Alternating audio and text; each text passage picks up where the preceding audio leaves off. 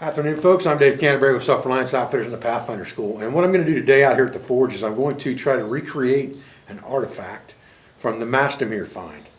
And the Mastermyr find we've talked about in several of my videos in past was a tool chest or a chest of tools that were found in a bog from the 10th century. So they're Viking era tools that were found, that were pulled up, the chain was pulled up by a plow in a field, and it gives us a window into what someone would have been carrying for a village or a camp or a family type setting for a tool set.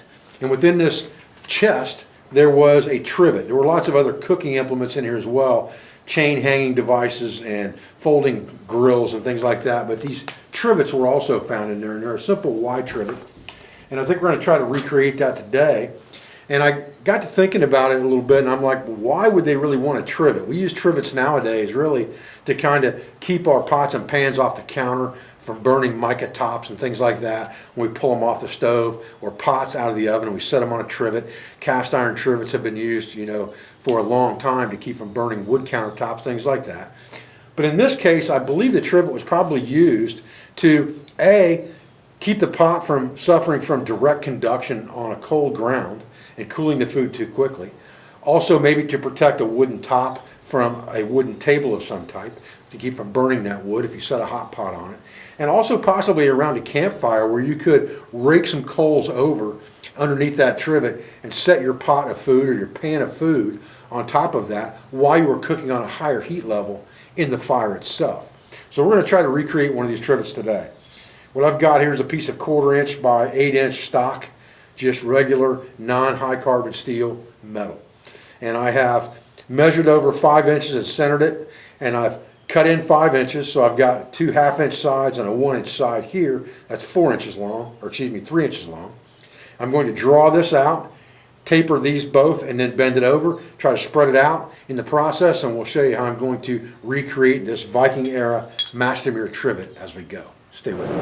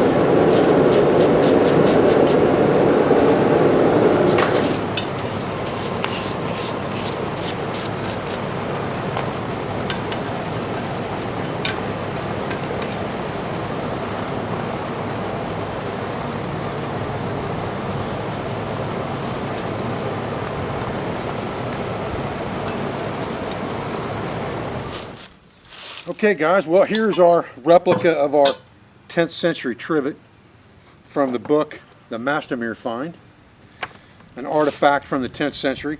And I wanted to forge this in as traditional manner as I could, and it looked to me like they had used a single piece of bar stock and split it into a Y and then bent the legs. It's a very simple project for a beginning blacksmith, but it teaches you how to manipulate metal.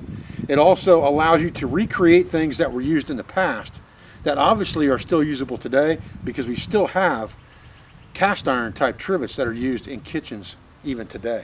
I think this would be a dandy addition around the campfire for a Dutch oven or anything else that you wanted to keep off direct ground or off of a table or anything like that, or even slide coals under it to keep it warm and have a solid stand to put it on. I appreciate your views. I appreciate your support. I thank you for everything you do for our school, for our family, and for our business, for all of our sponsors, instructors, affiliates, and friends, and I'll be back with another video as soon as I can. Thanks, guys.